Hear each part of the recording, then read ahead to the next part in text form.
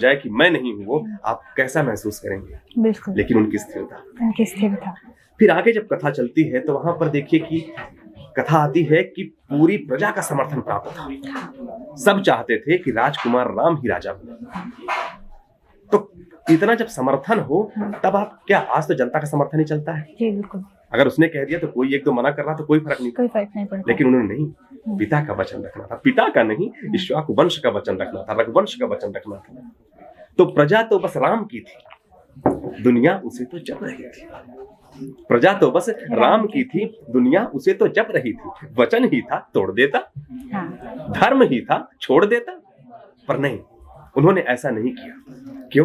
क्योंकि पीढ़ियां क्या सीख लेंगी, राम की चिंता यही थी। क्या बात है। हो छिन रहा एक क्षण में सब कुछ, हो छिन रहा एक क्षण में सब कुछ, सोचो एक क्षण क्या करोगे, बोलो कहां तक टिक सकोगे यदि राम सा संघर्ष हो। बाकी कविता उपलब्ध है आप बहुत खूब सर, बहुत ही बढ़िया थी। अब मुझे इसी से एक प्रश्न आता है कि जो युवा पीढ़ी है, उनका झुकाव उर्दू की तरफ ज़्यादा है, लिखने के मामले में जी, या जी। पढ़ने के मामले में। जो हम शेर वगैरह सुनते हैं, काफ़ी उसकी तरफ रुझान है। तो आपको फ्यूचर क्या दिखता है हिंदी का कवियों में?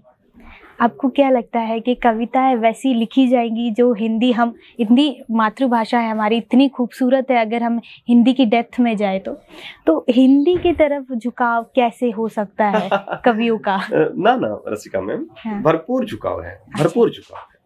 उर्दू का भी एक अपना अपना लहजा है, और उर्दू लहजा तो है। हम सबके हिंदी में कहीं ना कहीं समाहित हो ही गई है। बिल्कुल हो गई है। हमें पता ही नहीं चलता, बहुत सारे शब्द ऐसे हैं जिसके विषय में आपको पता भी नहीं चलेगा क्या ये हिंदी का शब्द है कि उर्दू का शब्द है। हाँ। तो ये अलग बात। उर्दू क्या, गजल, शेर, शेर। शायरी, ये क्या है, उर्दू उर्दू